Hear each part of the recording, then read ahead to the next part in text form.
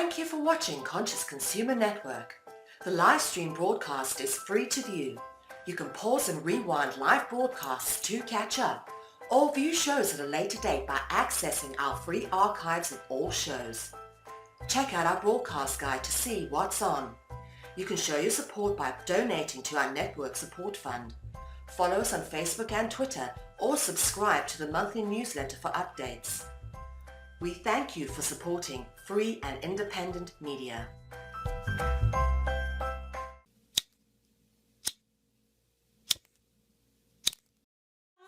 I wanna feel your fire, baby, let me dance in your love. I wanna feel your fire, baby, let me dance in your love. I wanna feel your fire, baby, let me dance in your love. I wanna feel your fire.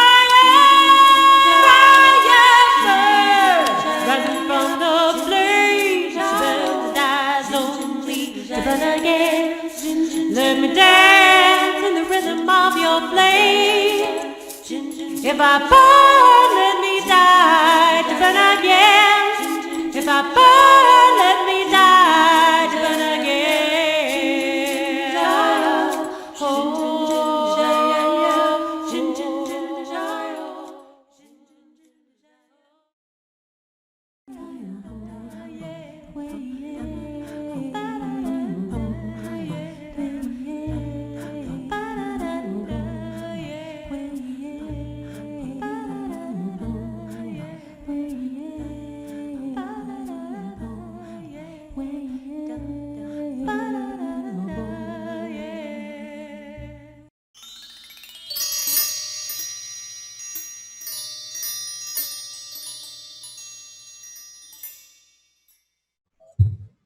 Hello, everyone, and welcome to the Herbal Knowledge Keepers. And this is a show that I co-host with D'Coda Grannywoman and myself, Blue Star Deerwomon. And before we also have a guest today, and I'm going to have D'Coda introduce. Yeah, there she is. That's Anne-Merrill, and she's joining us from Berlin.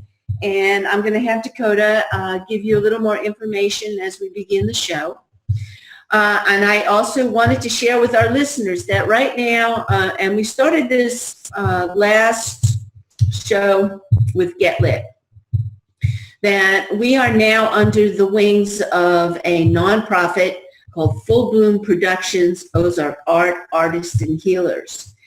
And the Herbal Knowledge Keepers and Get Lit is being sponsored and benefited by this nonprofit, which has a focus on empowering women's voices.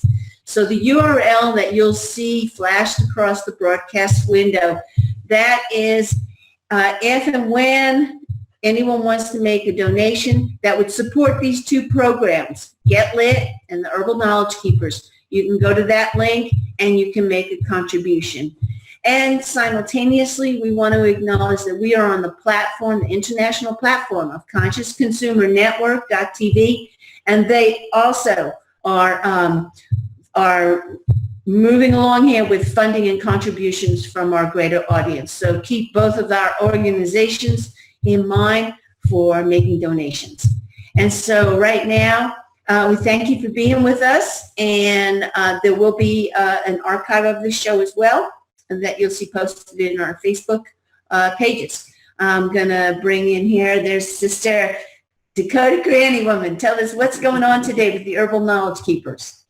Well, first of all, I'm very excited to be introducing to everybody Anne-Merrill, who I had the opportunity to get to know at the Moonflower event in Texas this last year. She came all the way from Berlin to teach there, and so we've made a great connection, and she's now a member of the database. She's talking to us from Berlin, and as you probably saw from the show title, we're going to be comparing herbalism in the United States with herbalism in Germany, and before that, we're going to do a little tour of herbalism through time and space in the database itself. And I just want to let everybody know that we've had a little bit of an internet dropout. We don't expect any problems, but we had a little chat with Anne and told her that if we drop out, the show's on her, which, given that this is the first time she's done this, is going to be a test of her bravery and courage. And so we ask that everybody support her and call in everybody you know to give support to Anne if she winds up with a 2-hour show. Thank you. But we got to remember, our producer, Biggie, was very encouraging that everything's just going to run smooth. Yes. It's going to be fine. Had a little bit of an internet dropout. We don't expect any problems, but we had a little chat with Anne and told her that if we drop out, We know what's happening. what's Oh, happening? sorry, I know it's happening. Sorry, there we go. I was trying to get the chat room open and the live feed of our video was on. That's okay, it is time and space, right? You're the one who called in time and space in the title. And so Biggie knew this was going to happen. Yeah, right. Okay, so yes. All right, folks. So where we're going to start is in the database. And at the first part of the show, we always devote the first hour to helping everybody understand the breadth and depth of the database, how to find what's important in there. After we've done a few of these shows, I'll be doing another little segment to show you what's new that's recently been added. I'm constantly adding material, and I always think, boy, I hope they come back to look at this part because it's really important. So anyway, I'm going to do a share screen now, and we're going to take a look at, as soon as it loads, we're going to take a look at, okay, I see what I'm doing wrong. There we go. Got it? Got it. Okay. And because we have only done a few shows, I'm going to continue to show you a few little navigation things as we go through this. This is the opening screen.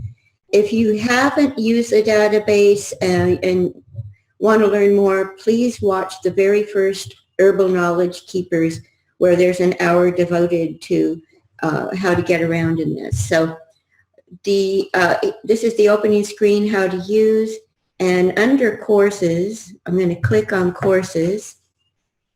And these are designed really as self-study guides. And we're going to go to History of Western Herbalism. When I click on it, this opens up. So you'll see that we have History of Western Herbalism, also of Ayurveda and of Chinese medicine. And we don't have time to do everything. So we're just going to look at the history of Western herbalism together here. And the reason it's important, there's a lot of reasons that it's important, but one of them is that we're here at a time where biomedical herbalism is really rising to the top with a lot of interest in the understanding of herbalism through the eyes of clinical research and various studies, and that's wonderful, but it's incomplete. We need to combine that with our traditional understanding of herbalism as an intuitive art, as something that's empirical, where our experience and observation are really, really important. And so we are at a time where we're combining the science with the ancient knowledge. And of course, you're not going to get the ancient knowledge unless you go back and look at it. So one of the fascinating things here is what the Smithsonian thinks. They are asking, what secrets do ancient medical texts hold? Now, I'm raising this information screen by clicking that upward pointing arrow, and we've got a link here. I hope my internet is fast enough to bring that up. Let's see here. Yeah, it's connecting. There you go. Okay. I don't know why. Okay. Interesting. It's still coming up. All right. There you go. Good. So this is really interesting. ancient books are being studied to identify medicines used thousands of years ago. And this is what a lot of us are doing who use plant medicine today in this renaissance.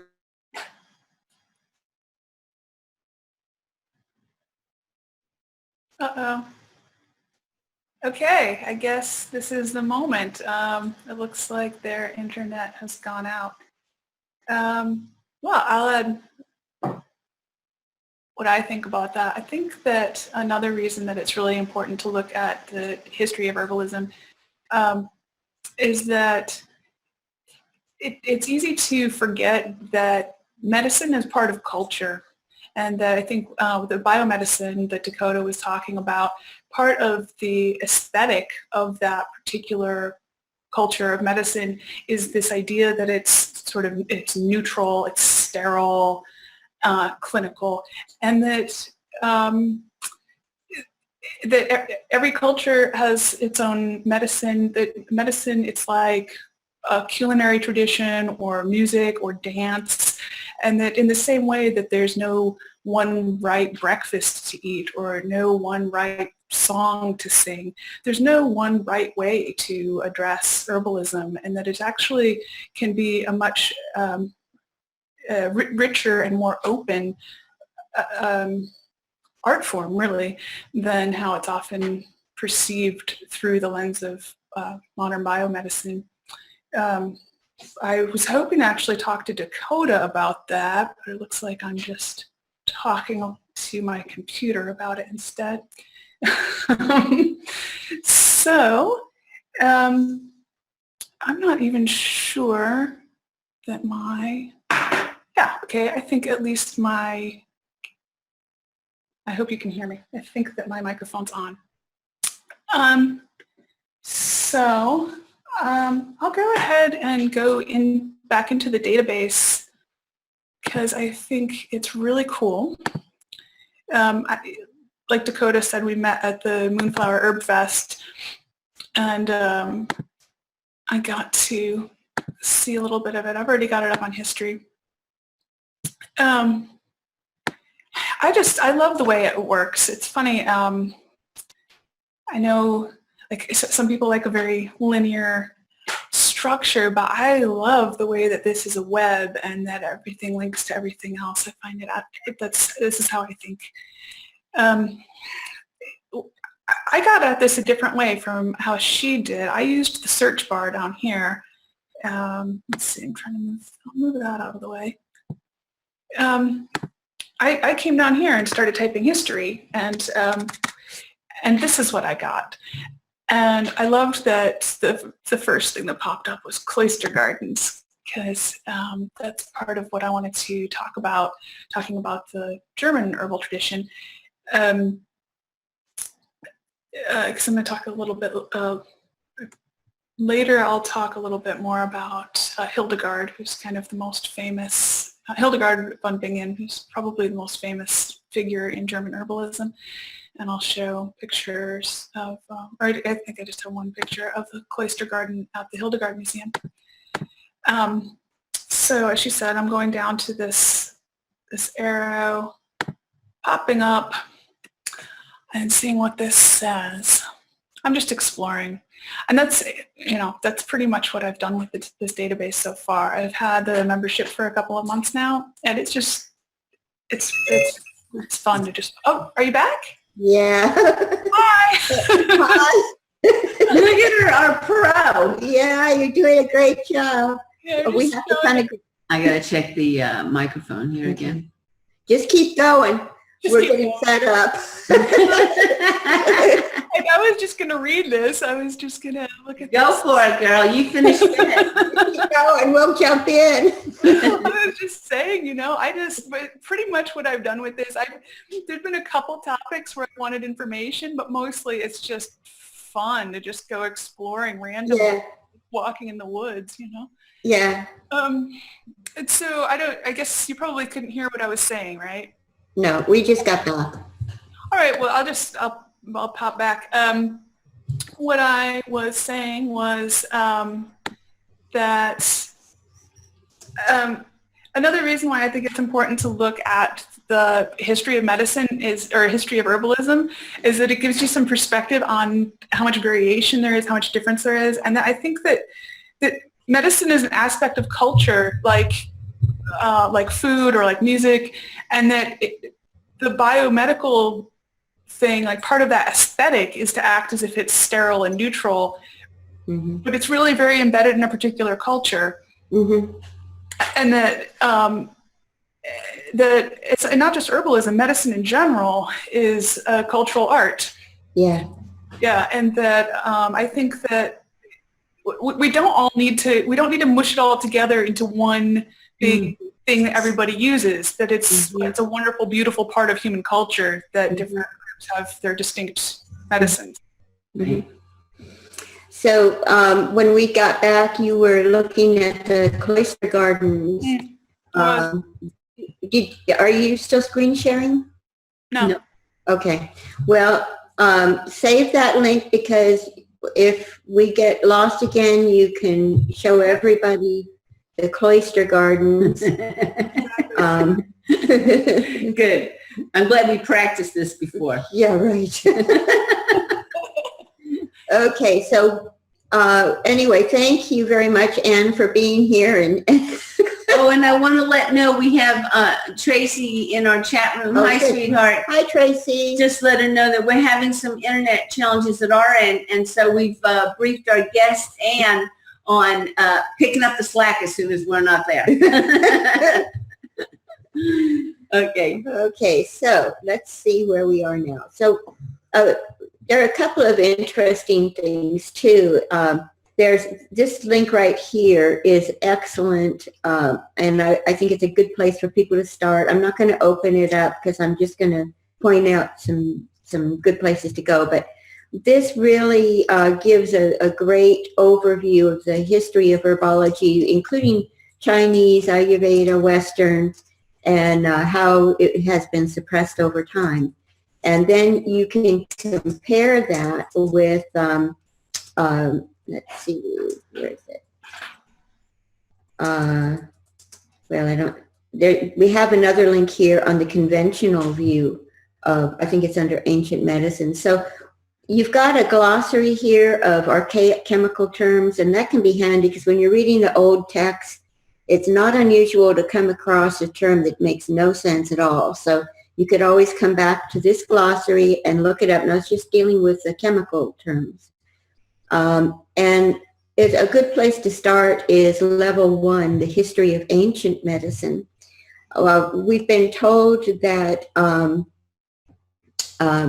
Anne, who is the father of medicine? Oh, Hippocrates, of course. Everybody knows that, except that it's not true. Oh, thanks. Yeah. Bust that up. Yeah. She set you up for that one, Anne. But everybody would give the same I answer. was in on it. The actual father of medicine, as far as what we know historically, is someone named Imhotep, which was an Egyptian physician. And the medicine of the Egyptians was extremely advanced. And so we're just going to go here to the Egyptian roots of Western medicine. And now, of course, when you lift up the information screen, you can also scroll. You don't have to lift it up, but it's handy. There are links here. This is a PDF that you could use that tells you about some of the herbs that the Egyptian used and how they used them. And of course, here's more information on Egyptian medicine. Oh, cool. I think that when I really recommend, there's some documentaries here. I recommend them highly because it completely turns things upside down in terms of how we think about ancient medicine as being pre-scientific and really ineffective, because you'll discover that the Egyptians were fabulous surgeons. In fact, some of the surgical tools that they made and used are now being reproduced for our surgeons because they discovered that they do a better job of cutting a clean incision whereas our best tools, even microscopically, leave little ragged edges. Hmm. And they were doing brain surgery. They were performing cataract surgery, and we're talking ancient Egypt. Now, what were their tools? What were the materials? It's a type of stone. Wow, seriously? Yeah, I can't remember exactly. I'm thinking what's on my mind is obsidian, but I don't think that's it. But it was of course, like the gemstones, because they have that. They But have a much sharper edge than metal does. Yeah, yeah. So why didn't we continue with those tools? because that's old-fashioned. Yeah. It's old-fashioned not to have wrinkled edges and our scars and everything. Well, we have this bias about always improving things, for one thing. And what could the Egyptians know? We got into metal, and that was an improvement over stone tools. So we just kind of went with that. Yeah, so we kind of gave it a bad rap is what we did. We kind of taboo, like, oh, Stone Age. Yeah, and probably the craftsmanship deteriorated too when Egypt went on the decline. So there's a bunch of factors that happen to get in the way of us continuing great knowledge. They had a pretty good understanding of anatomy. It wasn't, up to our standards, but they had a pretty good idea. So in here we have... can I just say that, they did understand that the heart is the center of consciousness, which is something that we completely lost track of. True. Mm-hmm. Yeah, so. Yeah, absolutely. Yeah. They had... Their anatomy is more accurate in that regard, I think, or physiology rather. Right. Yeah. They had a sound scientific approach. They had the oldest medical texts are the Eberus Papyrus, which is in here. I'm just going to click through these real quick because we've got some ancient texts in here. This is from Herodotus, an account of Egypt. This is I think this is a 2-hour, this is a 2-hour wonderful documentary I recommend everybody watch. You can watch it right in the database. A comparison of Egyptian and medieval. The Egyptian was very superior to the medieval medicine in Europe. Yeah. Let's see, I just want to find the Eberus Papyrus. Maybe I'll just look it up. I'm going to the search box, see if I remember how it's spelled.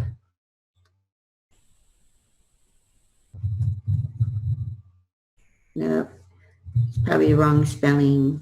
Eberus, nope. I may have included it as a link. At any rate, their pharmacological practice, natural means and treatments, supernatural beliefs and treatments. It wasn't all magic, they were very scientific. So I highly recommend looking at Egypt because that's really the roots of Western medicine right there. And we can learn a lot from their texts. So here's the conventional view of history and medicine. I invite you to read that because this is what most of us have been taught, and when you compare it with what you learn here in the database, you'll realize that this is really a very inaccurate and biased view about herbal medicine. We've got alchemy and medicine here, and this is still in use through a system called Spagyrics. Are you familiar with that, Anne? Yes. So you could go here into the section of making herbal medicine if you wanted to. This is how you explore. You go, what in the heck is Spagyrics? And here are all kinds of videos that you can watch about this that is very informative. And over here are more connections like John French. This is a book he wrote on the art of distillation, book 5 on Spagyrics. That's an old author, minerals author involved. So, and what is, you'll need to give us some information. What is that Spagyrics? It's basically a fancy name for alchemy, for a way of processing herbs when you're making your herbal medicines. That's quite a bit more involved to like the ritual, the ceremonial, or is it actual preparation? The tools that are used. Also. Well, a really big part of it is that it ends up putting everything back in. So it's like after you've made the tincture, then you take the mark from the tincture and you burn that down to ash, and you add that ash to the tincture. Wow. Okay. So then the medicine you're finished with, nothing's been thrown away. It's eliminated. So you're not really composting the herb. You're recycling it in. Oh, okay, great. Yeah. I think there's more to it than that, but that's the part that's really different from a regular tincture. Nice. So we go back to alchemy and medicine. And so once again, when you compare that with some of the way herbalists used alchemy, you realize it's not just mumbo jumbo. Okay, then we go into ancient Greek medicine, and here we've got, of course, Hippocrates, some of the key Greco-Roman physicians, and this is, it can be difficult to separate Greek from Roman because they really were closely combined for a long time. You can find out more about, I'm not going to go into all of them, but if you want to learn more specifically about some of the famous physicians like Dioscorides, for example, and here is the book that he's famous for writing, De Materia Medica. He was one of the army physicians. And one thing I'll say about the history is that it turned out that, of course, in this part of the world, as in much of the world, there were lay practitioners, I guess you could call them. They were. It's hard to come up with a right term. Some people call it shamanic healing. Some people call it folk healing. But really what it was you had a tradition being passed along through orally, mostly through the women, but not entirely. In Greece, a lot of the herbal practitioners were women. And but the thing is that they were they taught the oral tradition, and that was written down by the men who observed it and learned from them, and they got all the credit for it. And so behind, like they say, behind every good man is a woman, and that's kind of the case in a lot of this. So bear in mind, we've got Hippocrates and Galen and Dioscorides, and they weren't starting from nothing. Now, of course, Hippocrates and a number of these physicians went to Egypt and studied Egyptian medicine and brought it back. Mm-hmm. But as far as the herbs that they had in their vicinity, they were going to the country folk who were using them forever and learning how they used them and recording it. Here you have physicians prior to Hippocrates. Now, if you are interested in him, and really the thing about Hippocrates, here's an example. When you pull your mouse over one of these labels, there'll be something that pops up. He is somebody way back when, 400 BC, who understood the importance of human ecology. And so his work emphasizes the importance of our whole environment, air, water, our diet, our interactions with each other, our relationships, all of that. And all of that had to be considered through a good clinical intake, if you want to call it that, a history, before there was anything done with the patient. And that's something that we've kind of lost sight of. But here are some of the books that he wrote. And so these are the actual books. So if you wanted to go and read these books in English, you can click on these and read these ancient works. Language can be a little bit tricky sometimes, but it's still worth reading. I mean, even the English translations. So Now, before, D'Coda, before you go on, we had a question back on the Gyrix. Uh-huh. Yeah. In our chat room, Tracy's asking, were the Greeks and the Romans also using spagyrics like the Egyptians? Well, That's not Egyptian. That was alchemy. go ahead. And That wasn't Egyptian. That was later. I think wasn't distillation came from what, about 200 or so. it's more recent. Yeah, it's more the alchemy that we're familiar with is something that developed through the medieval. Also in the Renaissance, it was strongly cultivated, and then we've been using it ever since. But with the Egyptians, they probably did have something along those lines. We just don't know that much about it.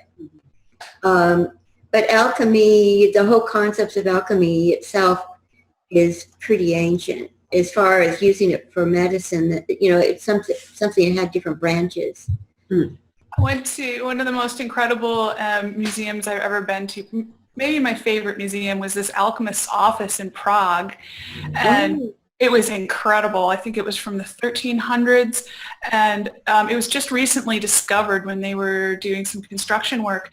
And I mean, it was really, it had a bookcase where you had to turn the dragon statue for it to slide back. Really, for real. And then you go down these tunnels, and this guy had one tunnel that went under the river to the palace so he could deliver medicines to the king. He had one that went to the town square, and then he had another one that went to the other side of the city wall so he could get out to harvest his herbs at midnight without the guards seeing him. Oh my gosh. So cool. And they had where they because they had to blow their own glass bottles back in those days. The herbalists had glass bottles. But the really cool thing with the elemental aspect of it, it had upstairs in the office, it had the 4 elements on the walls, and then those pointed toward a chandelier, and then the metal in the chandelier pointed down, and then when you went down in the tunnels underneath, there was the elemental collector, and that's where he would store the medicines while they were macerating so that they could collect the elemental energies into the medicine. I like that. It was amazing. That I like that. And I love when, I like thinking about, placing things in copper pyramids, hanging crystals, I've had this visual of a healing space forever. And one of these days I'm going to create it. But it's like, I love all that dynamic. It's for real, man. Yeah. It is. And you asked me to check my mic, but I can't get out. Can't when I'm in screen. Oh, when you're in share screen. Yeah. Okay. Well, Tracy is listening. Tracy, you're not hearing any double miking on D'Coda's end, are you?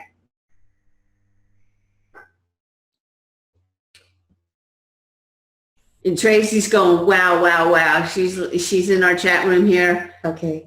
And she's loving that they took the energies into account. She's just really jazzed with the conversation here. Go to my Facebook and look at my Prague photo album, and it has pictures of it. Oh, good. Okay. She says it sounds good too. All right. So I'm going to speed this up a little bit just because we could be here all day and we don't have all day, and we want to get to Anne in Germany. So I'm just going to kind of click through real quickly what's in here. Let's see. We've got a history level 2, Unani. What's really interesting is that this is the Unani refers to the type of medicine that originated in Greece and developed to a very high form, understanding that Greece medicine came from Egypt, right? So there was a dark ages in Europe, and after the Roman Empire fell and all of that, and medicine was put in the hands of the priests. Only the priests could heal. And it was through prayer and that sort of thing. A little bit of bloodletting was permitted. But the study of medicine, of the Greek medicine, faltered, and it moved to the Byzantine Empire, where they sustained it and developed it further. So we see a transfer of the development of medicine, and of course that means herbal medicine. We see that transfer of growth over to the Constantinople, which is what it's called today, and the Persians developed it, and all of that is called Unani after Tibunani. And so there's a history here of this. It's big, still big in India, and it's fascinating because this is probably the closest we have to the true Western medicine, going all the way back through time to Egypt. In other words, they kept it alive when it faltered elsewhere. Of course, they developed it too. So their physicians are called Hakim. Here we've got, I'm going to skip over to Unani today because this is really interesting. These are all videos that are instructional videos on Unani that if you're interested in learning about it. So there's a whole bunch here. Does Unani mean Greek in Arabic? I think it's the Arabic word for Greek. Yeah, yes, it is. Mm-hmm. And I used to go to in Austin, there is a Indian grocery store that had Unani medicines. And it was so convenient because it was so cheap, so it was for $2 or $3, you could get a bottle of something that, it would be so much more complicated for me to make it myself. I could just go get it for $3. Boy, that's wonderful. It's a fascinating area. One of the formulas I learned from them was how we use the sunlight to infuse oils in? They sometimes use moonlight. Mm-hmm. And they have one recipe where you infuse rose petals in honey in the moon. Done it, yeah. Good stuff. Okay, this is really good too, this traditional knowledge digital library. In India, they were concerned about their ancient heritage being usurped by pharmacy companies and patenting some of their formulas and herbs, and they didn't want that to happen. And so they digitalized all of their ancient texts and made them available to us along with their herbal knowledge and everything. And you can go to their digital library and read ancient texts, and that's how they're protecting their medicine. So they have Ayurveda and Unani. So, and here's history of headache, medieval Unani. There's a lot of cool stuff in this section. Okay, so then we're going to go to level 3, and this is a sad story.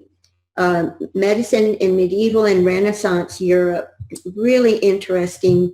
We find out how the church kind of took over, and the priests were initially the only ones that could heal using prayer and that sort of thing, because all disease and sickness was a punishment for sin. So only they were qualified to deal with it. But then they agreed to university training of medical physicians, but only men could apply. And so this is the beginning of a real history of persecution of the women healers, which of course ultimately resulted in witch trials and things like that. And so that history is in here. And it was really pretty dark as far as the medical side during the Middle Ages. But there were still some herbals that were written, and if you want to read them, you can go to herbals from this period of history, and the actual texts are here, so you can go and read some of these ancient herbals. Are those ancient herbals before it was taken over? No, well, kind of during, you see dates here, like 1501. There were, it was taken over, but then like by 1501, there were men trained as physicians that were using herbalism as part of their therapy. And they started writing, trying to get the botany of the plants down on paper.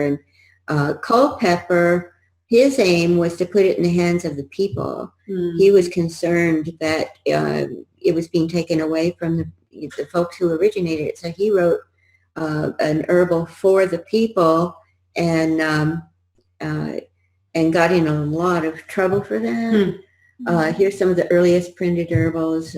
So do you think that these recipes and information were untampered? Do you think they took them whole completely? Well, or do you think they eliminated What happened was it was already pretty fractured by that time. And a lot of them, Galen, this Greek physician, and Dioscorides, they were two highly revered Greek physicians who used herbs, and they were like the core text for everybody studying medicine for a couple of thousand years. So they were studying Galen, but they didn't understand him anymore. So Galen's medicine was used appropriately for maybe 1,000 years, maybe. And then it began to fall prey to different kinds of theories that interpreted it differently. And they kind of forgot how he intended it to be used. So it's pretty fractured. Right. Yeah. So then the Renaissance period will go here.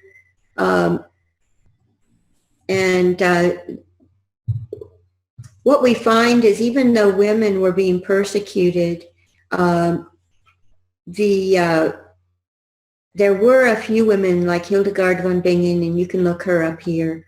Of course, she was empowered by being part of the church. So, and nuns were allowed to be nurses, more or less. And she was kind of like a superstar nurse. There was a woman doctor in Italy called Trotula, which you can look up here. She was an actual accepted physician. Now, decumbiture is interesting. This is when decumbiture comes in. That is herbal astrology. And and Culpeper practiced decumbiture. And so when you read Culpeper, you're getting a lot of things about Saturn rules this herb or that sort of thing. And one of the ways that it worked was when they calculated the astrology, it was based on the time you were forced to lie down. Like whenever you said, I've got to lie down from this illness, that's when they did the charts to figure out what stars were in charge of your disease in the coordinates progression. So, okay, let's see what the time is. Okay, I'm going to go real quick, you guys. I just want you to, and you're not seeing all of it. I'm sorry, but maybe there's a section I should show you in Middle Ages. We've got the medieval and Renaissance gardens. I'm just going to tell you, you can find all about women, the history of women in herbal medicine here under this section of Middle Ages, more so than in the Renaissance. And you can just look that up or just go there. We have a question too in the chat room. Was sacred geometry used as a tool as well? Well, I'm not sure, possibly so. Possibly in alchemy, they would have used something like that. That's where I would imagine it to be. And especially if they're looking at astrology, I mean, they were aware of squares and trines and sextiles. So they must have felt that mirrored the sacred geometry here on Earth. I'm trying to remember if Paracelsus, do you remember if Paracelsus used that? And I don't know. I would think Paracelsus upset the apple cart.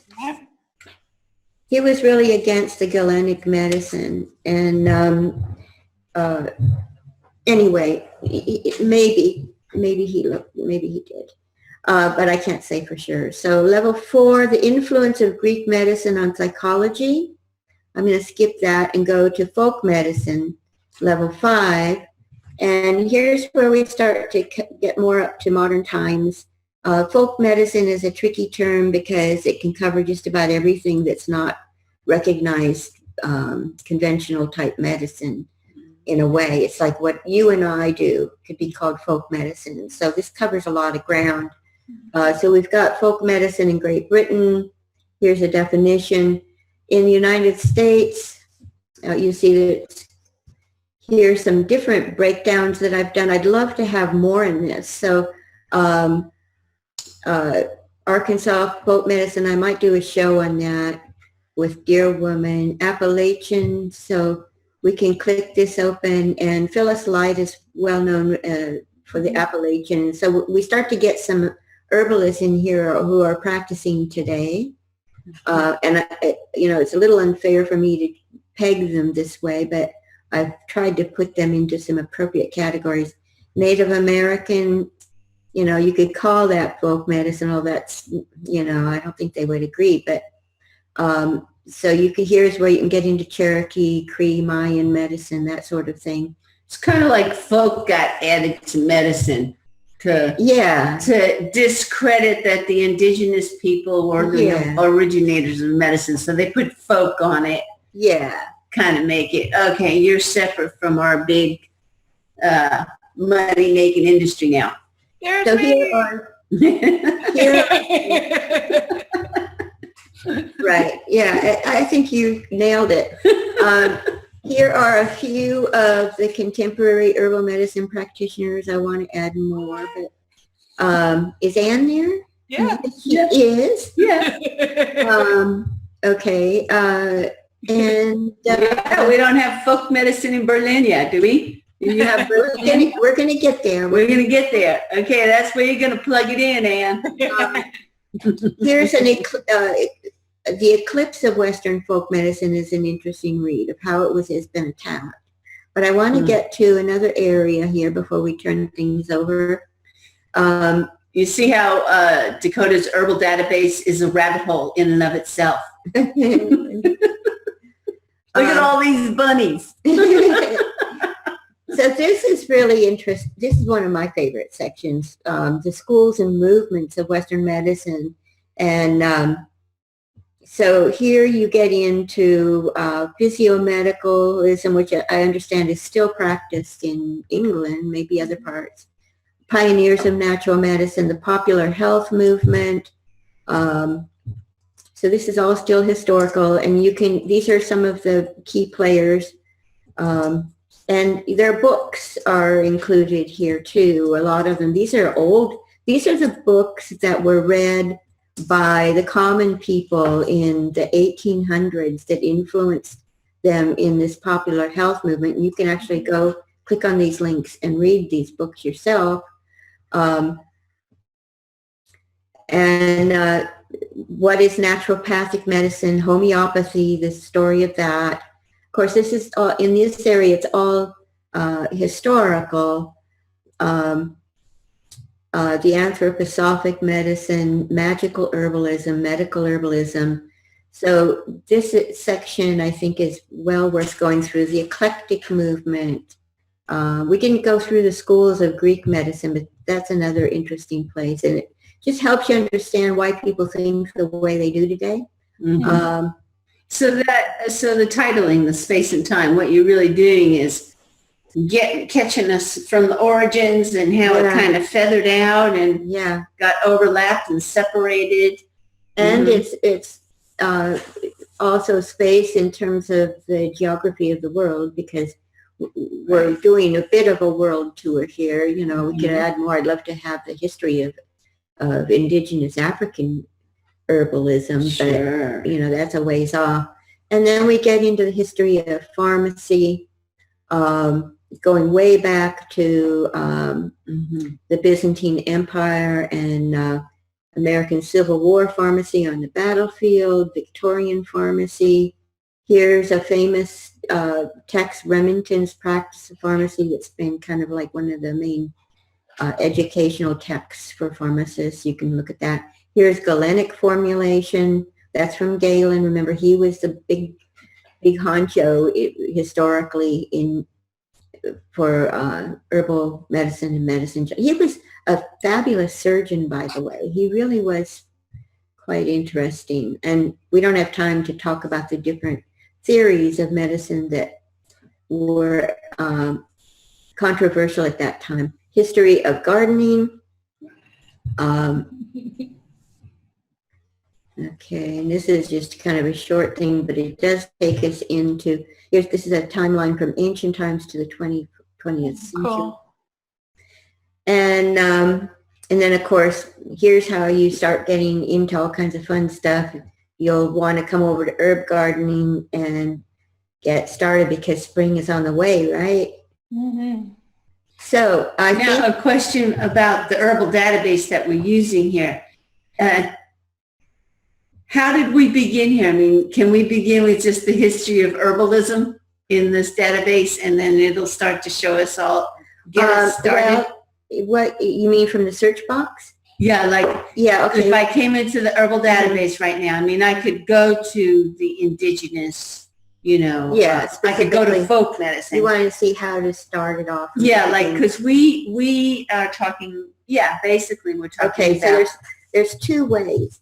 One is using the search box, and when I start typing in history, there's going to be a lot of things there.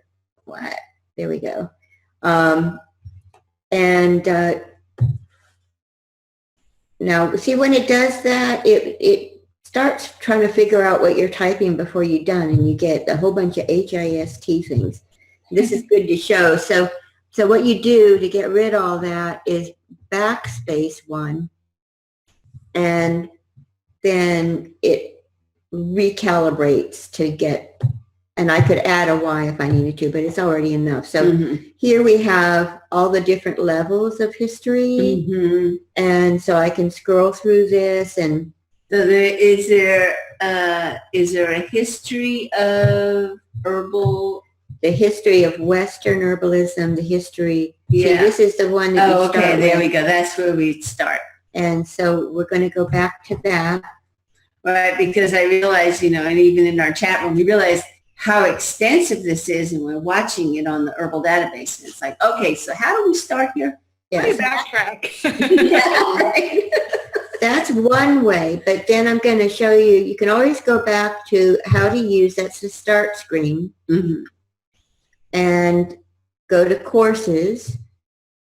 Okay, because were you demonstrating a whole course here? Yeah. Oh, okay. Okay, and the history of Western herbalism. All right. Gotcha.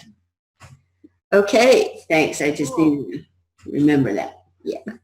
So there's a lot more space and a lot more time in the database, but because we want to, it's almost time for Anne, and I'm amazed that we've been able to stay on without any more breaks, and I don't want to just say we are grateful. Yeah, we are grateful. That's our co-producer, Vicky. Links, and it'll be all right. So I'm going to stop screen sharing now, and we'll get busy with the next part of our show, where we want to talk with Anne, who's in Berlin. And Anne, I'm just going to ask you to, did you already introduce yourself when you found yourself in the... That would have been a good idea, but I didn't. I just kept looking at D'Coda and Deerwomon invited her. She's cool. So why don't we start with that? Tell us about yourself and how you got started in herbalism, where you studied, how you wound up in Berlin, and all that thing. Sure.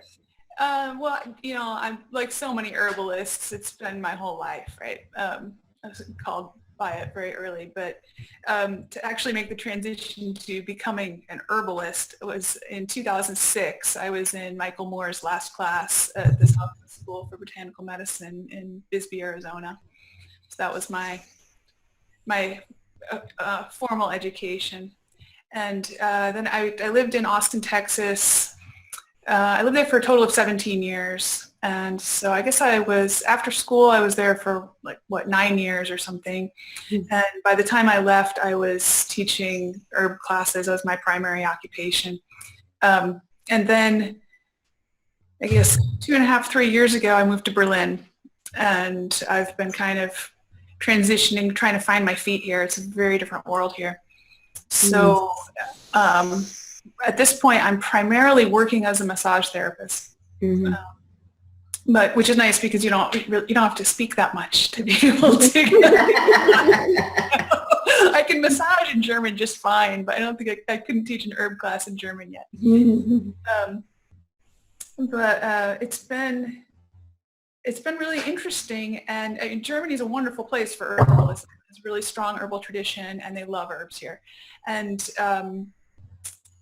when D'Coda asked me if I wanted to speak about this topic, at first I thought what's there to say? But the more I've thought about it, the more notes I've taken, I realize there's a lot to say, and it's something I'd really like to share because so much of it, I just didn't realize how different it would be until I got here, and just how profoundly different the context is, and how it's not so much that the practice of herbalism itself is different. I mean, bodies are bodies and herbs are herbs, but what's really different is the context of practicing herbalism here.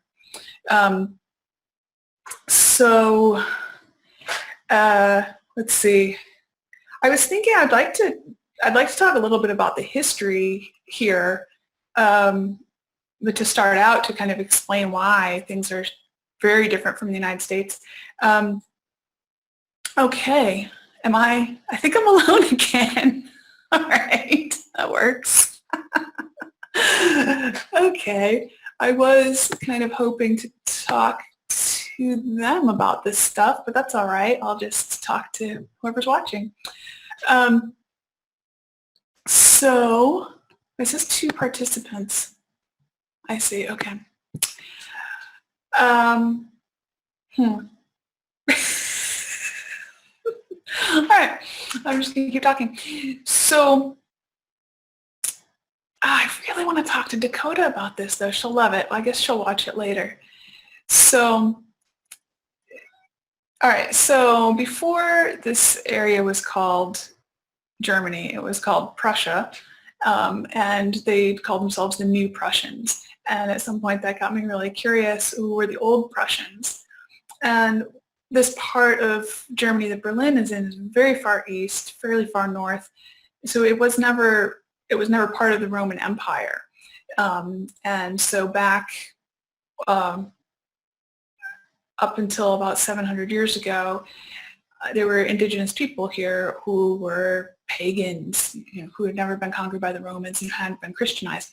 And so then during the Crusades, when knights were going to what we now in the United States call the Middle East, to the Holy Land, in order to wage war there, the Teutonic Knights were coming up in this direction, and they completely exterminated the indigenous people who used to live here, and because they believed they were devil worshippers, intentionally wiped out all signs of their culture. There's very little known about them, who their gods were, what kind of herbalism they would have practiced, anything like that. So and that happened, I believe that's the 1300s. So that history of complete extermination of the native people is only about 100 years older here than it is in the New World. So I find that interesting, and it's something that most people don't really realize. And also, even Germans, when I mention this, they say, oh yeah, that makes sense, but it's not really part of the consciousness here. Then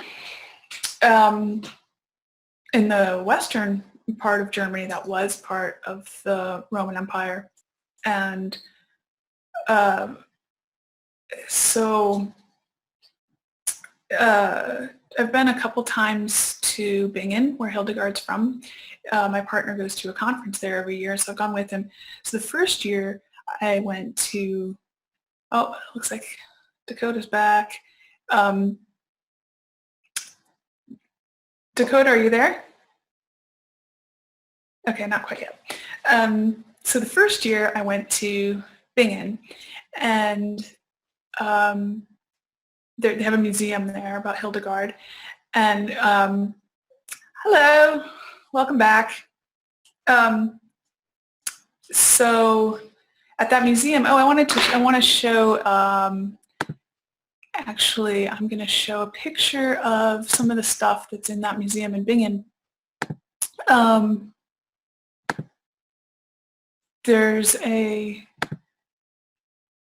So in that area, they happened to find a bunch of, okay, this is an archaeological site. Oh, where? Okay. Here we go. I thought this was really cool. So this archaeological find, this was a surgeon who was in that area around 200 AD.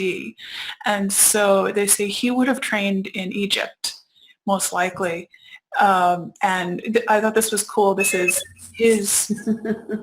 some of his surgical tools next to modern surgical tools, showing that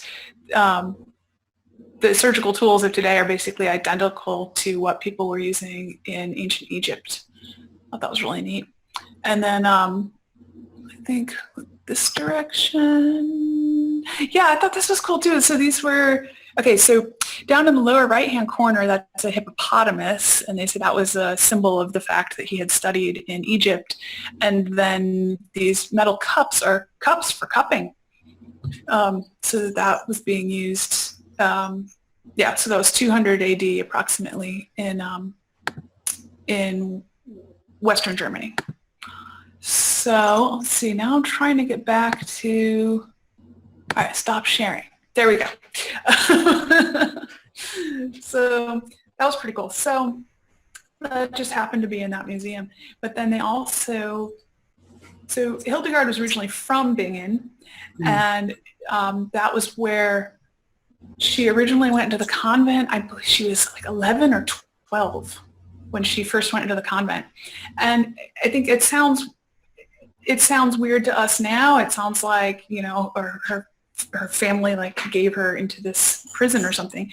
But the more I learned about that historical context, I think that's where I would have been too, because it meant she didn't have to get married, and it meant that she could study and learn and have a career. And even though you're inside the walls, in a way, it's a lot freer life than being a married aristocrat. She was a rich woman. She was an aristocrat.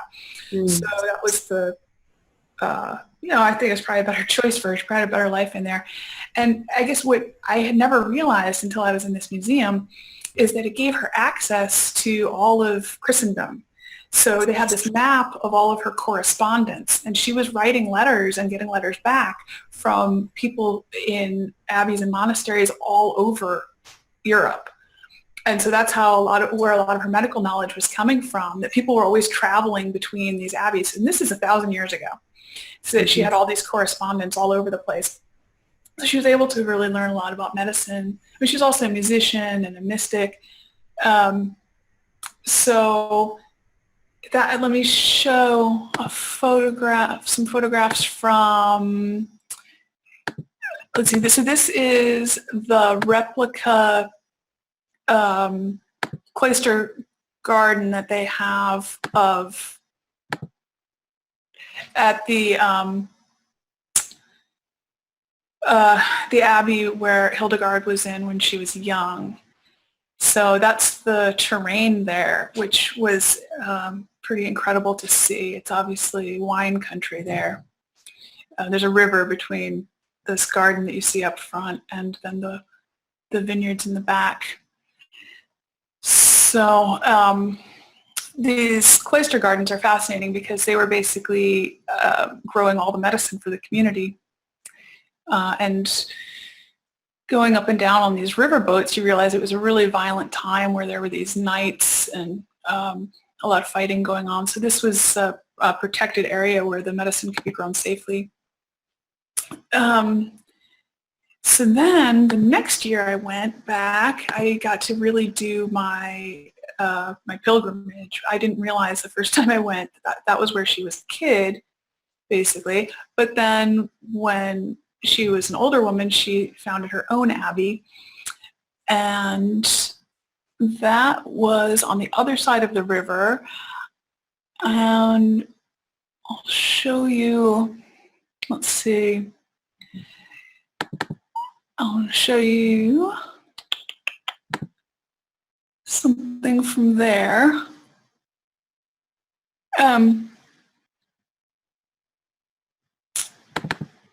Let's see, this was on the walk on my way there, which was, it's cool. I mean, it really is, it's a pilgrimage route. It's marked, and people do this walk to get up to the abbey. So this was cool. So here's where they're turning a piece of the hillside into a vineyard, and so they've got the goats eating first, and then they'll come back in and put in the vines. But let's see, I'm going to go back. This is this linden tree that is absolutely beautiful, that has a bench under it to sit and look out over the river. And Hildegard herself said that the linden is the tree that has the most viriditas, which is, I believe I have here. She said, so yeah, green power, I think of it as green chi, the viriditas, that life energy that plants have, that, yeah, linden just has more than any other plant. I completely agree with her. Being underneath a linden is just phenomenal. Let's see, I wanted to show a little bit about this terrain. Here we go. What I didn't realize until actually being in this kind of landscape, it's like, so you've got the vines, and then between those rows is where the herbs grow. And you can see, if you know herbs, you walk in these vineyards, people have been selecting for great medicinal plants here for over 1,000 years. And so it's like, so between the vines, you have, poppies and vervain and yarrow and just all these herbs.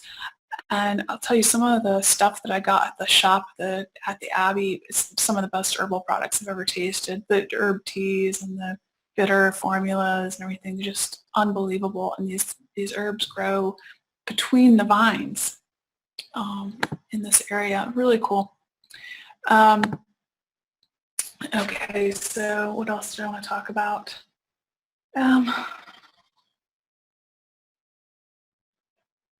Let me talk about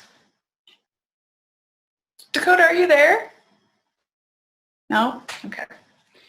And let's see if I can get in the chat. Is anybody saying anything in the chat? No. Okay. Oh, hi, Elle. You're back. Hello. Yay! Hello! We're having so much fun. I'm so glad this is being archived, because I'm really missing your part of the show. Yeah. And I was excited We were thinking we could just stuff too. We were thinking we could just go over to Facebook and watch the live show. Yeah, right. We might get Facebook. Well, I was just talking a little bit about the history of Germany and where the herbal tradition comes from, the specific roots of the herbal tradition there. So then, let's see.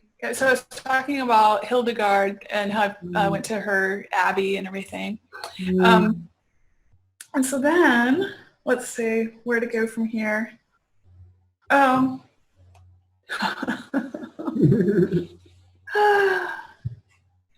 guess, all right. I guess what I'll say next is that something I've become really sensitized to since living in Germany is that so often people will talk about, Western herbalism, or say like in Western society or modern society. And a lot of times what they're talking about is actually stuff that's very specifically American and isn't the way it is in Germany, or isn't the way it is in most of Europe. And in the United States in 1910, there was the Flexner Report that closed a lot of the medical schools, and it's really the beginning of herbalism being outside of normal medical practice. And that didn't happen here. And there's not that separation between herbalism and standard practice medicine. They call it school medicine in German, which I think is, I like that term. So there's not this distinction. And besides that, the doctors are in a very different position. I think, in the United States, I really feel for the doctors. They're under a lot of pressure from insurance companies and from pharmaceutical companies. And here, it's actually in the Constitution in Germany that you have a right to practice your profession. German doctors are much more empowered, and going to the doctor here is a really different experience. In the United States, how you're in that little cubicle, and the doctor comes in and sees you for a couple minutes, and then they leave. And then if they need to use some piece of machinery on you, then you have to leave that room and go to the machine. Here in Germany, when you go to the doctor, you're generally like in their office. You're in a big room, and all the equipment's in there, and they spend more time talking to you, but also you sit there and wait while they're writing their notes. You're in their office. Their desk is there. And if they have another question to ask you, they can ask it. And if they want to use some piece of machinery, they just use it. It's already in the room. So it's a really, really different experience.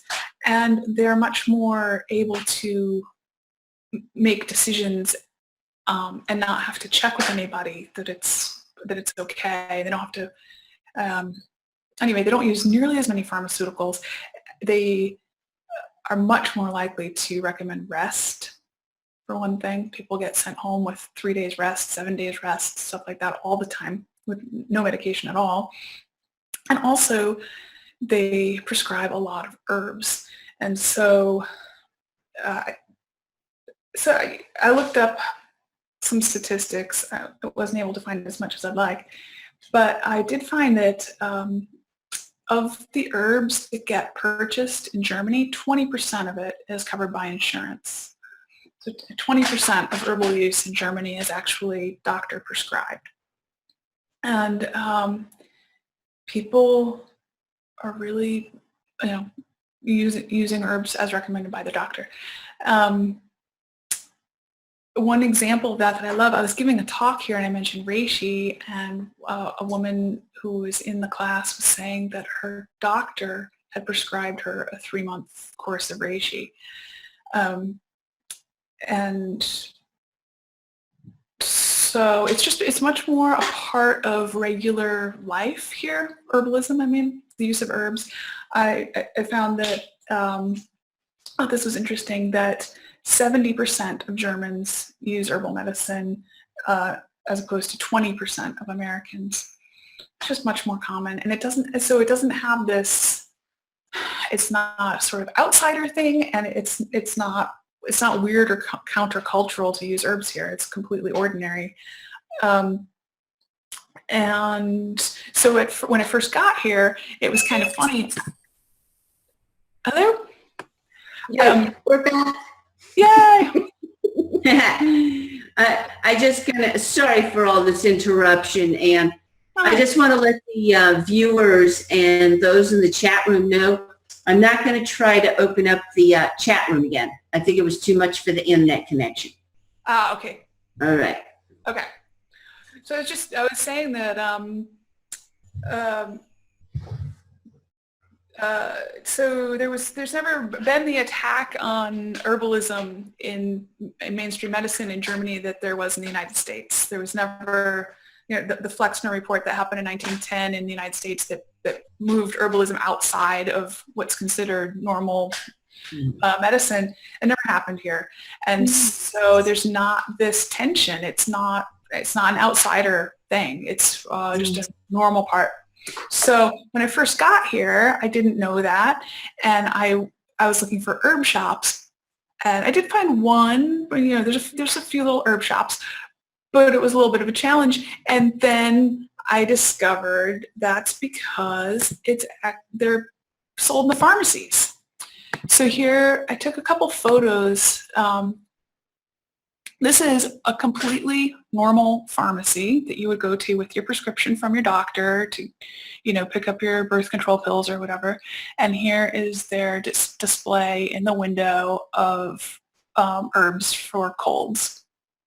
And that would be a completely ordinary thing here to go get herbs for your cold. Or, maybe an herbal bath. They really like herbal baths here. I'm going to go to another photo that I just took the other day. Oh, here's a good one. This is, how cities will have some symbol of the city. So in Austin, it's guitars. I know some city it's cows, where they have artists paint the figures. So in Berlin, it's the Berlin Bear. And this was outside a pharmacy. So there he is with the symbol of pharmacy with his white coat, very official, professional apothecary bear with herbs, because that's a completely ordinary type of medication to sell in an apothecary here. And then I also just took this one. This is an apothecary right around the corner from my house. Again, place to go pick up your prescription, regular apothecary. And these are all products for pregnant and nursing women and babies. And these would all be, first line things to use because, of course, they're safer and completely ordinary for a doctor to recommend those and to be covered by insurance. So, so for me personally, as an herbalist, that's been it's been kind of a weird thing. Also as a massage therapist, especially because Berlin is really deep into East Germany, and so people here of my age grew up in a communist context where everything was covered by the government, and so it was pretty typical for people to be able to get a weekly massage covered by their health insurance. So people are really resistant to the idea of paying out of pocket for massage. And there's a spa where I give massages, and most of the people coming in there are getting their treatments covered by their insurance. It's the same situation with herbs. So I found this statistic. So there are 41,000 general practitioner doctors in Germany. There are 30,000 Heilpraktikers. A Heilpraktiker is a alternative healthcare professional. They're covered by insurance. And so it's interesting. So I have some of the textbooks. I considered doing this, becoming a Heilpraktiker, because it's a way to be an herbalist who's covered by insurance. So one aspect of it I thought was really interesting that we kind of don't. There's a lot of debate in the United States about certification of herbalists and what that would mean, pros and cons. One thing I think is really interesting about the Heilpraktikers is that they have to report contagious disease. So, I see that as a positive to be able to spot and report contagious diseases. The reason I stopped pursuing that is because just like there's a split between doctors and pharmacists, if you're a Heilpraktiker, you can't make and sell your herbal products. You have to either be the one recommending them or be the one producing and selling them if it's going to be covered by insurance.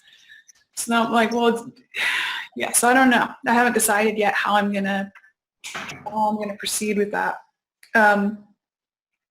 But the Heilpraktiker thing is interesting because, so yeah, 30,000 Heilpraktikers in Germany. That's So people can go to an alternative healthcare practitioner, an herbalist, or massage therapist, whatever, and get that covered by their insurance, and then also the things that they recommend is covered by insurance. So That's great. yeah, it's totally great. And I've found that, let's see, looking at the statistics on just how much herbs are used, that, so for the United States, I could only find all supplements together. It didn't separate out herbs, but it was $5 billion per year on all supplements total. In Germany, it's $1 billion per year just on herbs. And this was a quarter of the population. So, I mean, they're pretty, you weren't online when I said, I found that 70% of Germans use herbs, 20% of Americans. It's just much more pervasive. And so, all right, this is hard to do as a lecture. I was hoping for a conversation. I'm going to just jump to actual herbs for a second. Because I said earlier, it's mostly the same herbs being used mostly the same ways.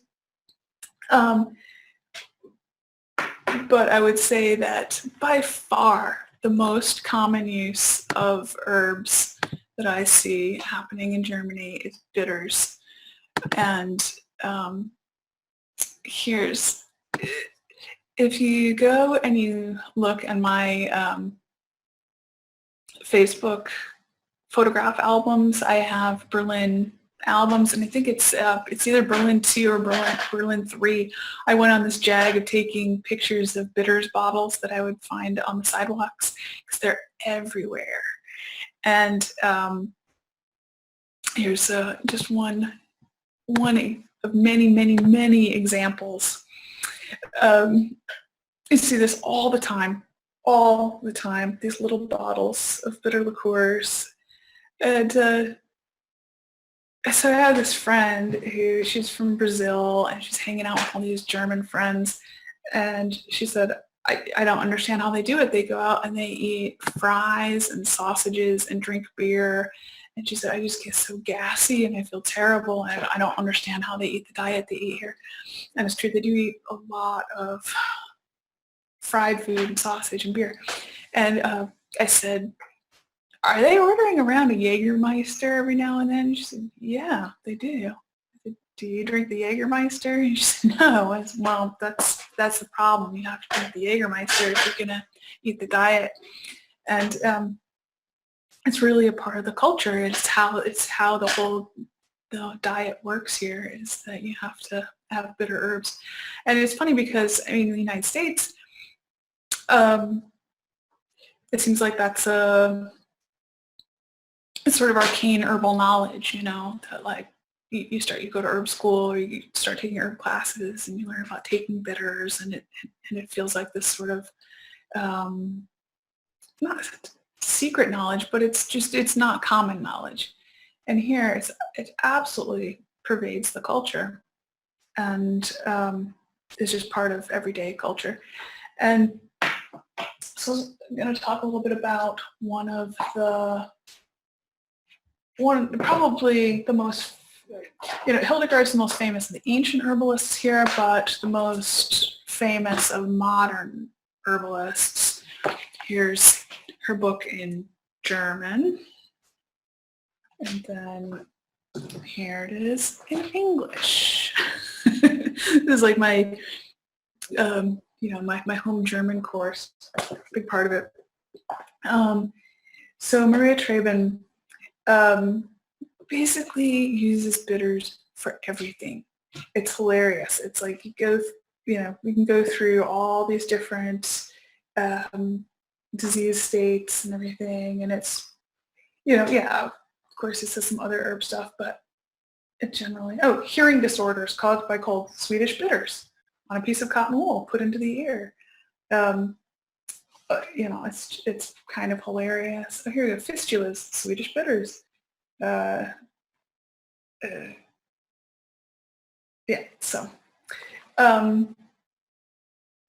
So she uses this particular formula all the time. I do think it balances out the diet. So she's interesting. So I guess, so another aspect of the history here that's kind of looms over everything is the Nazi history. And I was kind of shocked when I found out that, besides the horrible experiments that you heard they were doing, they were also researching herbalism because they saw modern pharmaceutical medication as part of Jewish medicine, as part of this educated Jewish medicine, and they wanted to get back into their German roots, and so they did a lot of pun. So they actually did a fair amount of herbal research, and there are old Nazi greenhouses where they were growing herbs and testing them on people in concentration camps. And so even during that period, herbs remained popular in Germany. And then after the war was over, so the German citizenry was in a situation where nobody would sell them food. And they had some, everything had been destroyed. It was really hard for them to get themselves fed. So during that time, I was talking to this German woman, and she said, "Oh, Germans love herbs." And she said, "They saved our lives." She said that during that post-war period, rose hips and nettles were a huge part of the diet here. And so that's kind of taken for granted as, food that can get people through difficult times like that. So it's like all these different periods, there's this unbroken tradition of really appreciating the herbs. Maria Traven, I guess she really became great at herbalism during a time where the Germans really didn't have access to other medicines, and she was taking care of people in camps and after the war. And I'll say, part of what really appeals to me about the ancient medicine, about some of the stuff that D'Coda was showing, is that it's systematic. You can get sort of a bigger picture and understand why you would be choosing that particular herb for the particular thing. And Maria Traven's books are the kind of herbalism that I find it a little less satisfying when it just says, like, use this herb for this thing. And it's almost more like you just have to memorize, or you have to already have the knowledge rather than understanding the pattern and the system that's happening and then how you might affect that. So, interesting stuff, certainly. Hey, how you doing? Hey, I'm just blathering on. All right, good. I apologize to all our viewers. I just had to run up to another store here, and I'm outside. So I want to let you know you're not alone. I'm here with you. And thank you, Tracy and Jerry, hanging in there in the chat room. They're apparently having a great time with you, Anne. Oh, are they great? Super. I can't see that they're here, so. I know you hadn't been getting to see them, but they have had a whole abundance here of, let's see, herbology beginning to have a big comeback in the States now as people realize Big Pharma is doing more harm than good. Yes. And let's see, all supplements are not created equal here. Some are just marketing ploys. Yep. Dig to find, right? So this is all in, conversation that I didn't get to hear. Yeah. And and who is it? I'm a fan of Jaeger. Were you talking about Jägermeister? Oh, yeah. I was. Jerry's a fan. Oh, I know that medicine, that German medicine. German medicine. I just read this thing the other day that was saying that guy, the guy who was the American marketing guy who made it popular with frat boys as a party drink, that he's considered one of the all-time great marketers because he took this thing that's like, it's elderly people in Germany. He made it popular with frat boys in the United States. Like, how did someone rebrand that? Wow. Yeah. Whenever I've had taken yaga, I used to call it yaga nasty, but it has a real medicinal taste to it. It's medicine. Yes. But I will say it's one of the syrupiest ones there is. I mean, here there's just so many different bitter liqueurs. Yes. I'll put it back up for a second. This I popped this up. I was saying, if you look on my Facebook photos, I took pictures of all the empty bitters bottles that I'd see around the city because you see them all the time. Wow. Wow. Here. It's just part of the culture. So, what else did they say in that chat? Okay, let me see now. They're saying, so let's see. Okay, so bitters seem quite universal. Yeah. Make a shopping list. Love the concept of herbal diet. Amazing adaptation to their situation. Yeah. You probably understand what that, yeah. Yep. So, and I love glass bottles. I'm loving Germany more by the second. Oh, that's sweet. I love glass bottles too. And I'm going to come back to that in a second. So let me ask you, I know it's rude of me because I'm the one who keeps losing the conversation with you, but I know that the theme of the show was we were really looking at the different influences and presentation of herbs, right? The United States and Germany. Right. And would you mind just giving me 3 bullet points so I can? Yeah. So the biggest thing I was saying, I guess that there's not this conflict between standard practice medicine and herbalism here. That never happened. That split never happened here. Yeah. So, in the United States in 1910 was the Flexner Report, shut down a lot of medical schools and all the ones that focused on using herbs as their primary medications and created this split. And so in the United States, we think of it as this countercultural thing. We think of it as this outsider thing. And in the United States, 20% of people use herbs. In Germany, 70% of people use herbs. It's very common for a doctor to prescribe herbs, and 20% of herb sales are covered by insurance because it's been prescribed by a doctor. Whoa, this is a dramatic difference. Very dramatic. Very dramatic. It's just part of the culture. And so it doesn't have this, it's not hip, it's not a revival, it's just background. Yeah. It's just background. Might this be one of the reasons you chose to go back to Berlin? It's definitely part of why I want to continue to live here. Wow. What's interesting though, I was showing some pictures of apothecary pharmacy displays because the herbs are mostly sold at pharmacies here.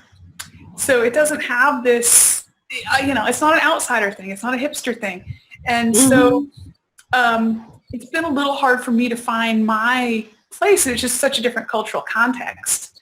And the project that I'm working on developing is it's called Berlin Herbcraft Studio.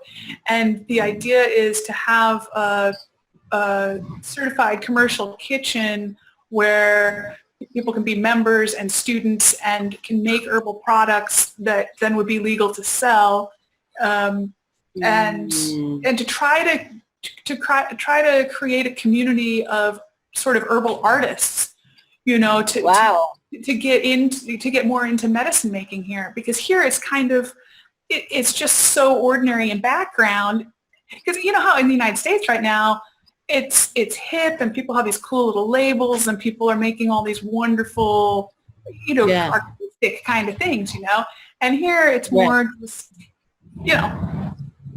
It's what you do. It's part of your groceries and your produce and everything else. It's not cool at all. Right. It's like it's medicine, man.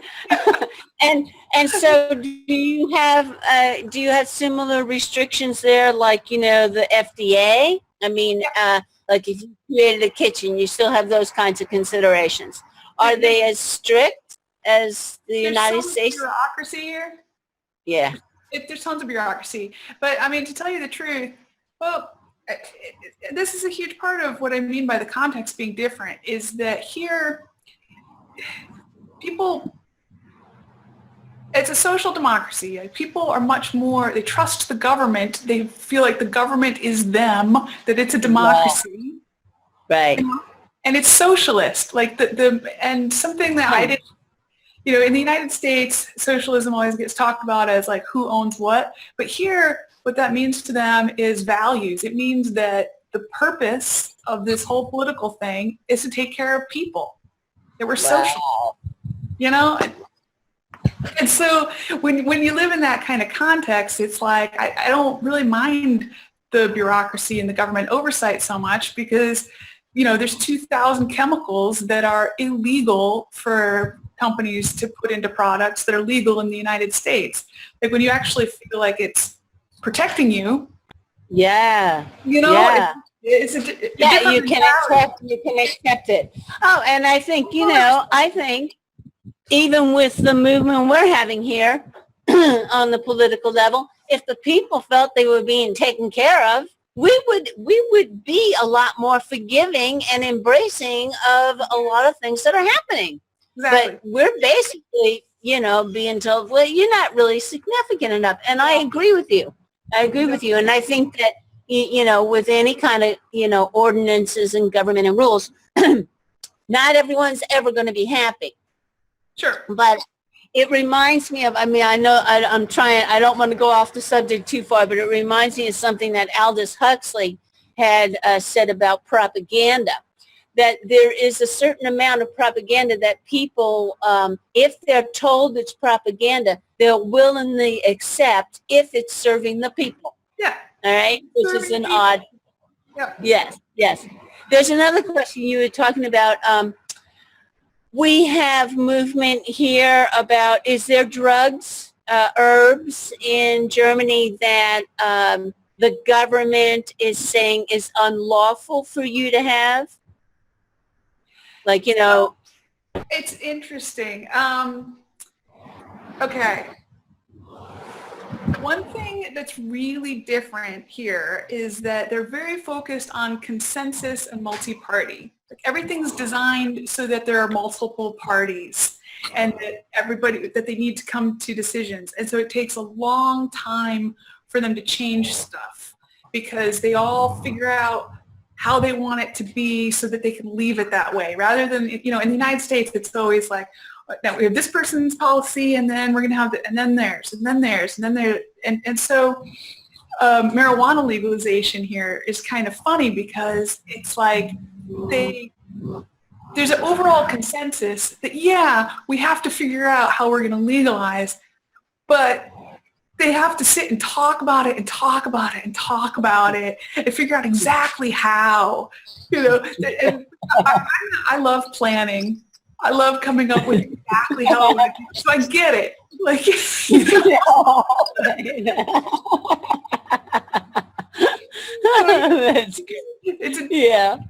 a different way of approaching this stuff.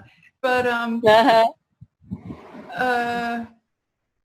like at one point, and sometimes they err on the side of caution. So kava was restricted briefly, but then they relaxed on that. So your restrictions, your restrictions are actually because of the concern for the people. Crazy, right? Right? It's like, well, we're gonna hold back a little bit on kava. Yeah, that's really friggin' crazy. I can hardly imagine that right now.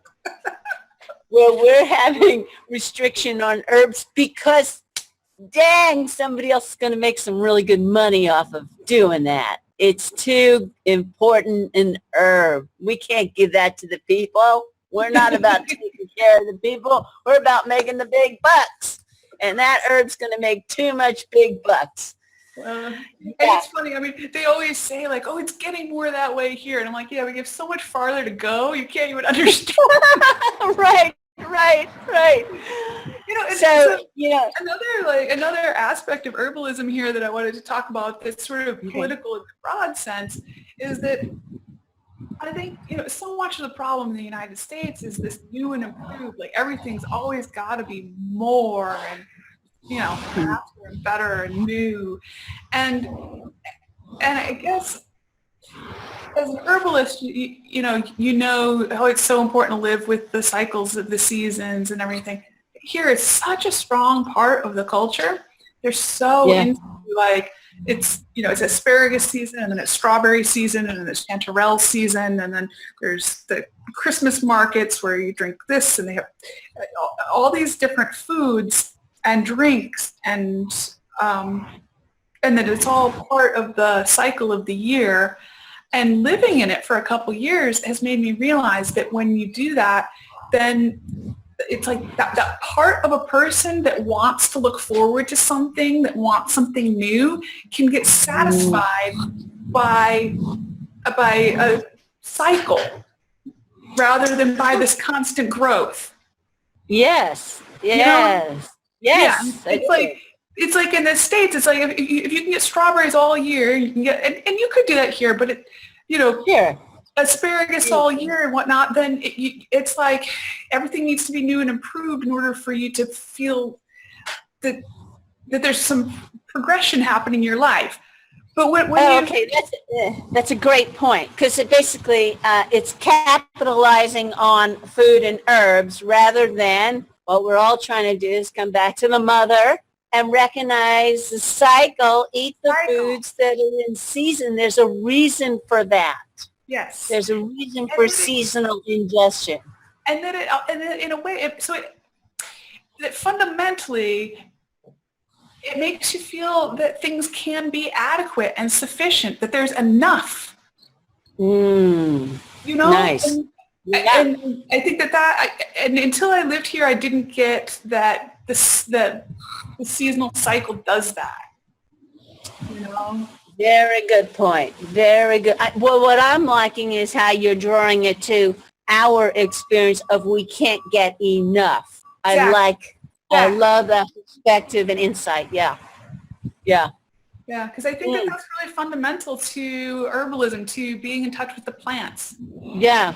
It's almost like, I know we just touched a little bit on politics, but it's almost like if we looked at our politics, we would see how our oppression politically is in all our perspective of growing and eating and coming back to our organic selves, because we're brainwashed politically. Yes. We've got our own internalized propaganda around food, like what you're really bringing to the surface here. Yeah. That's fascinating. That's how I see it. Yeah, no, really. Now, I want you to, we're getting near the closing of the show, but I want to be sure that you've gotten, all that you'd like to say. Go ahead, and any other things that you wanted to bring to the table? Well,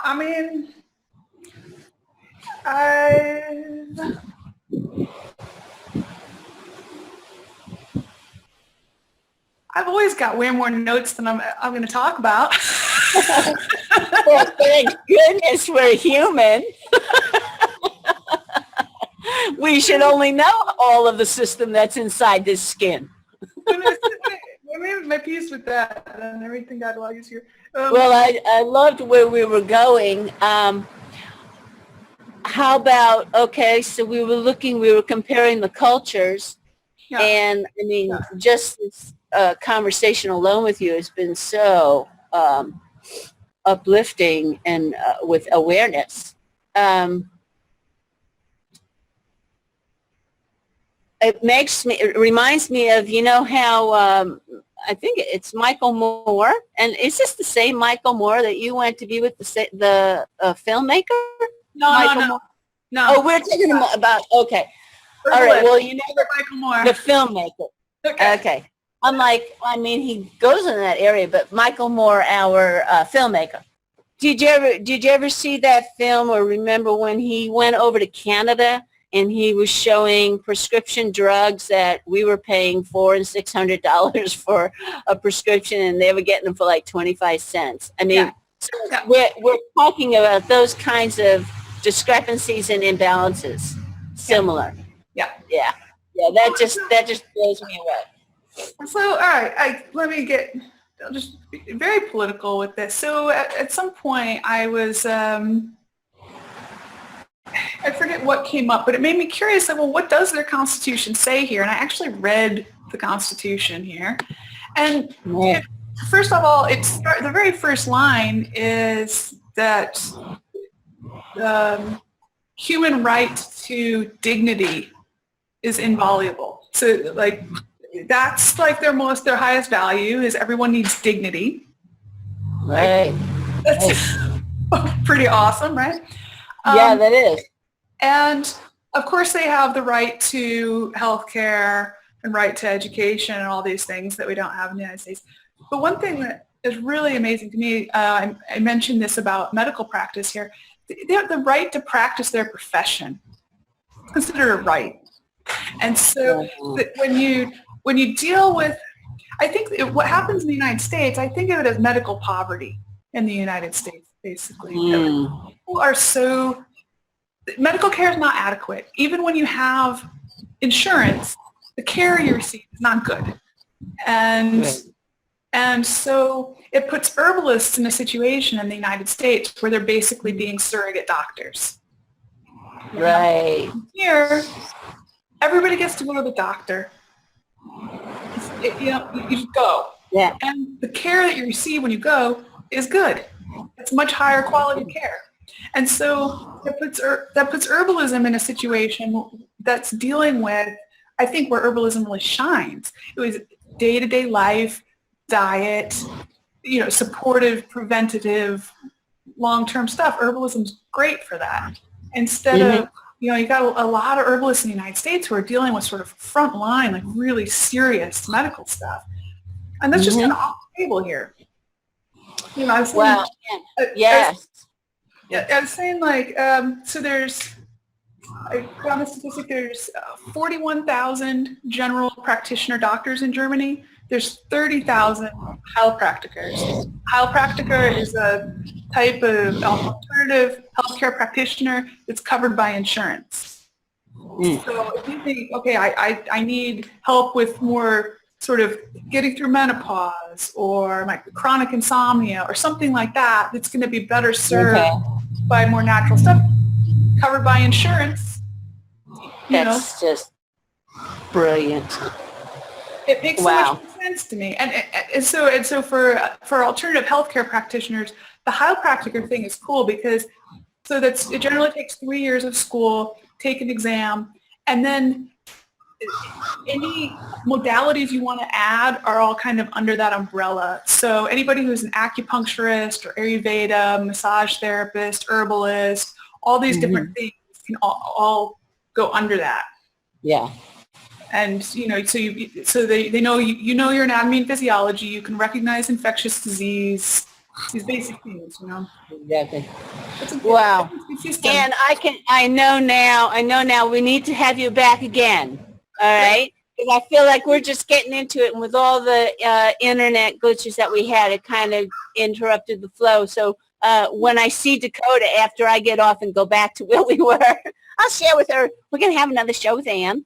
And and next time I want to get you situated so that you can see what's going on in the chat room. Okay. That would be great. And Tracy and Jerry have been with us, and thank you so much to our dear ones. They're just always here with us. They're so supportive and ask a lot of questions. That's why I was feeding them to you.